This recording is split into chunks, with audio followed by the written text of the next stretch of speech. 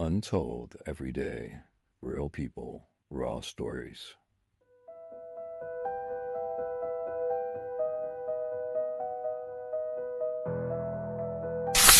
It was the 4th of July, and the neighborhood was buzzing as usual.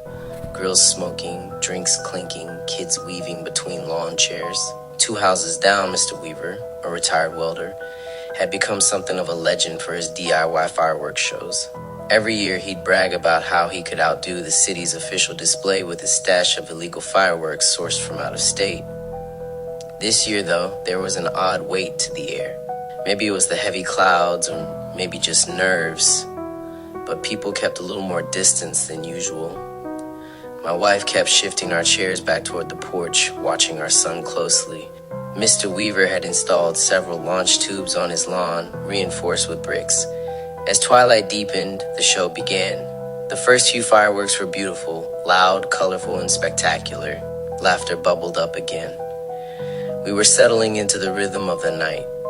Then came the one he'd been raving about all week, a commercial mortar shell he'd bought off someone on Facebook Marketplace. It was bigger than any I'd seen. Thick-walled, heavy, supposedly capable of launching 300 feet into the air. He lit the fuse. There was a sharp crack, followed by thick smoke, but no flight, no burst of color, just a strange, low vibration. The crowd stirred uneasily. Mr. Weaver stepped back, puzzled. Then it happened. The mortar shell exploded inside the launch tube, sending shards of PVC and fiberglass screaming outward in all directions.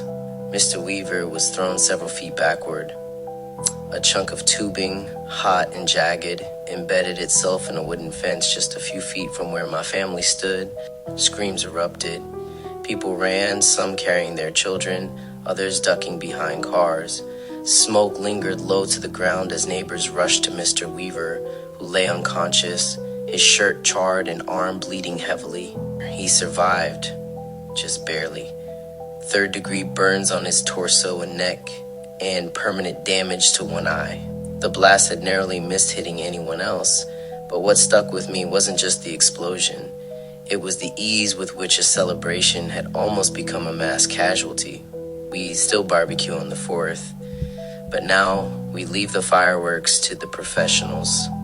Story 2, it was the Bayfront Lights Festival, one of those idyllic summer nights on the waterfront where the town gathered like clockwork to watch fireworks over the bay. There were kids with glow sticks, couples lying on blankets, food trucks lining the walkways. My girlfriend and I had front row seats near the railing, the barges anchored offshore loaded with pyrotechnics. As the show kicked off, everything was in sync: orchestral music, stunning aerial bursts, and the hum of admiration from the crowd. About halfway through, the announcer teased the upcoming Golden Waterfall segment, a favorite where massive shells released cascades of golden sparks that seemed to float forever. One launched, but instead of rising into the sky and blooming into light, it burst halfway up, too low, too early. There was a muffled boom, then silence, followed by hot debris falling across the viewing area. First, we thought it was ash or confetti, but the bits were still hot. A woman behind us yelped as a chunk landed on her neck. A child cried out nearby. People began swatting at their clothes, ducking and covering. Before anyone could fully react, another shell launched, and this one didn't arc. It fired at a disturbingly low angle straight toward the waterfront. It missed the crowd by a narrow margin and slammed into the shallow water just off the promenade, sending a plume of muddy spray over dozens of people. Screams, panic, someone shouted, "Run!" And the entire crowd began shifting, stumbling over blankets, chairs, each other. The music cut off abruptly, replaced by urgent announcements calling for calm and evacuation. We left, soaked and shaken. No one died, thankfully, but nearly 24 people were treated for minor burns, eye irritation, and impact injuries. It was later blamed on a misconfigured firing sequence and a damaged shell. Since then, the city replaced the vendor and reworked their safety protocols, but we haven't been back. All it takes is one wrong angle, one faulty ignition, and the night turns from spectacle to near tragedy. Story 3. Our New Year's Eve tradition was simple. The block lit up like a war zone at midnight. Neighbors competed for the loudest, brightest fireworks, and while technically illegal, it was part of the local charm, or at least it had been. My neighbor Carlos was the wild card, always pushing the line. This year, he'd ordered a commercial grade mortar setup off a shady online forum. He called it the Volcano, an ominously large shell with a reinforced base he'd welded himself. At midnight, the first wave of fireworks erupted beautifully. Then Carlos rolled out the volcano. The crowd quieted. He lit it with his usual flair, but instead of launching, it made a weak and thump sound, then nothing. Carlos approached, flashlight in hand. Probably a dud, he muttered, and then it blew. The mortar detonated inside the tube before striving downward. The blast shattered the concrete slab beneath it, lifting chunks of driveway into the air like shrapnel. Carlos was blown forward, crashing onto the lawn. His garage door behind the launch site crumpled as if a car had rammed it. People screamed. Someone called 911.